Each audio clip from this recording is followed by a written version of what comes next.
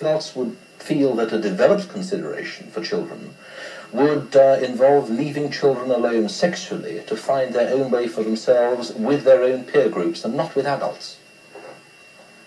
Yes, I would be all in favour of children finding their own way sexually, but I think also that adults have a part to play, because children are one part of the whole society. It isn't the society where we separate children from adults. What do you feel?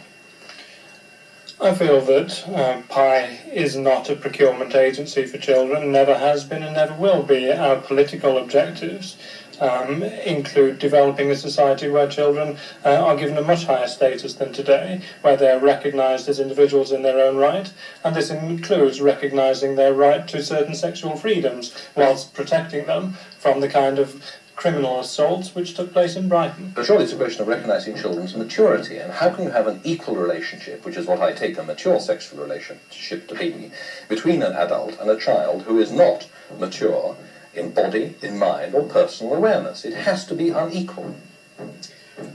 I don't accept that this concept of maturity at all.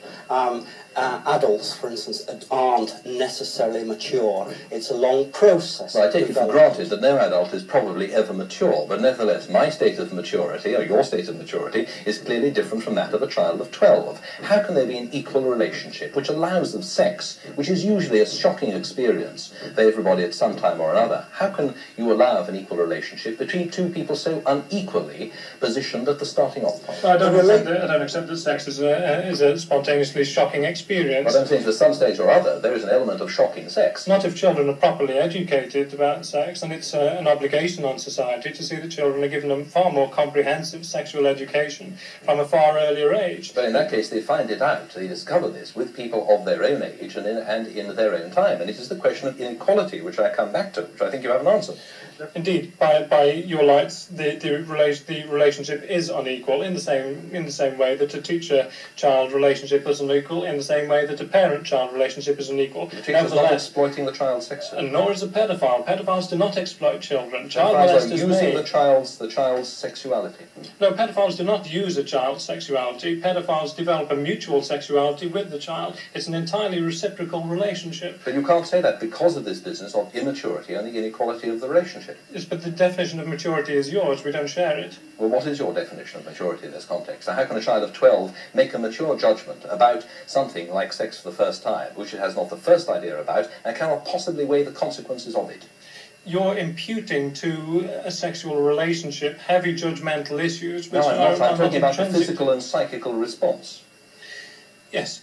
A child is able to recognise a pleasurable experience. He is able to recognise a pleasing emotional experience. He is able to express consent and to recognise that this is something he wishes to continue.